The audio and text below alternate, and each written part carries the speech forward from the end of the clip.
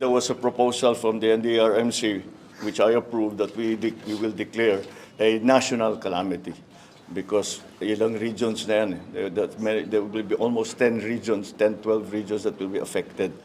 Pinag-aanda na ni Pangulong Ferdinand Marcos Jr. ang mga ahensya ng gobyerno para sa paparating na bagyong Juan na nagbabadyang maging super typhoon. Malaking hamon ngayon para sa pamahalaan na paghandaan ng malakas na bagyo, lalo't ang ibang mga personnel ay nakadeploy pa para magsagawa ng relief operation sa mga naapektuhan ng bagyong Tino. Kahapon November 6, inanunsyo ng Pangulo ang state of calamity sa buong bansa, kasunod ng pakikipagpulong sa mga opisyal ng pamahalaan sa headquarters ng National Disaster Risk Reduction and Management Council o NDRRMC.